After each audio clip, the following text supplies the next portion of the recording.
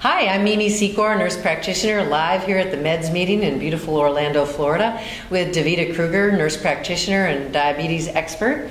Thank you for presenting here at the conference. Oh, it's my pleasure. It's always a great conference to be at. So, for those that couldn't come to the conference, could you share a take-home message from your presentations? Well, I think it's very important to understand how insulin works because, by and large, all people who have type 2 diabetes, which is the majority of people with diabetes, will be on insulin. And so the more knowledge we have about how to utilize insulin, the better outcome for our patients.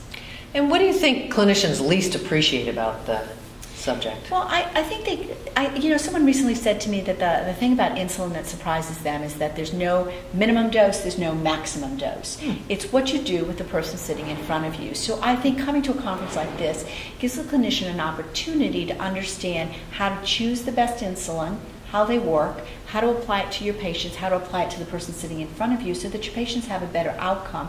Having a better outcome for diabetes means less complications. It's a wonderful thing.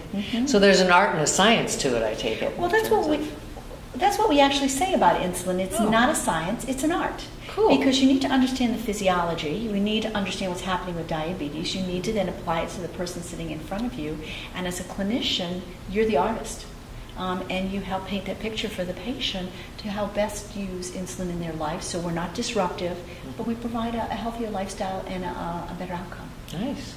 So how about a message for clinicians in relation to educating patients about this subject? Well, I think first of all, the clinician needs to understand that the patient wants a better outcome. And if that means injectables, so be it.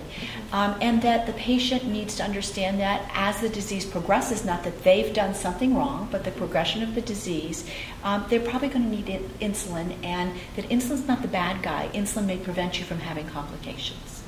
Well said. Thank you, Davida, so much for sharing your expertise. Thank you for having me.